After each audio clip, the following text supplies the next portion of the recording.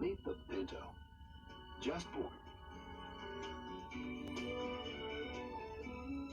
Ford's Pinto is priced like a small economy import, but it's frisky, with a wider stance than any little import, so you won't be pushed around by the wind.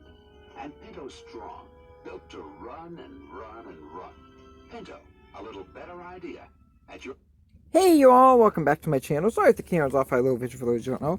Today we're going to talk about the Ford Pinto. Introduced in 1970, September 11th in 1970, the Ford Pinto was released and sold for $2,000 as a compact car by Ford to go against the Toyota and Volkswagen Beetle and all those kind of cars back in the day.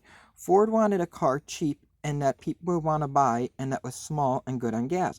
So Lee Iacocca made the Pinto. The Pinto was only supposed to cost $2,000, weigh no more than 2,000 pounds, and be a very good, rugged, reliable car. Now, the Pinto was rugged and reliable, but it had one fatal flaw that brought the car down.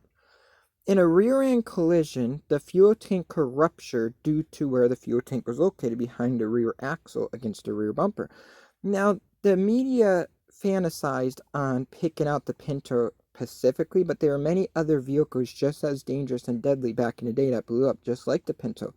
The Chevy had compact cars they made. Certain foreign cars would blow up too in rear-end collisions back in the early 70s. So back in the early 70s, compact cars were just a new thing, and they didn't know how to make the compact cars safe. Today, the fuel tanks are located underneath the back seat.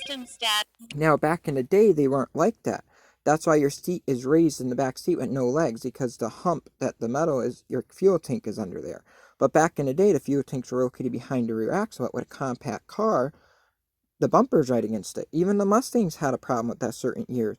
But I do apologize. My memory's getting full on my phone. I will do a part 2 to this.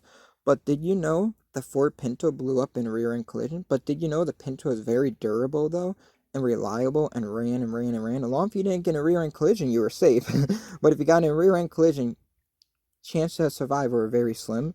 But do you have a Pinto? Do you know anyone who did? Comment below, and I look forward to seeing you in the next video. Don't forget to hit the subscribe button. I do songwriting. I do all for different kind of videos. Look forward to seeing you in the next cool video. Sorry if the camera's off. I have low vision for those who don't know. Peace. Shutter.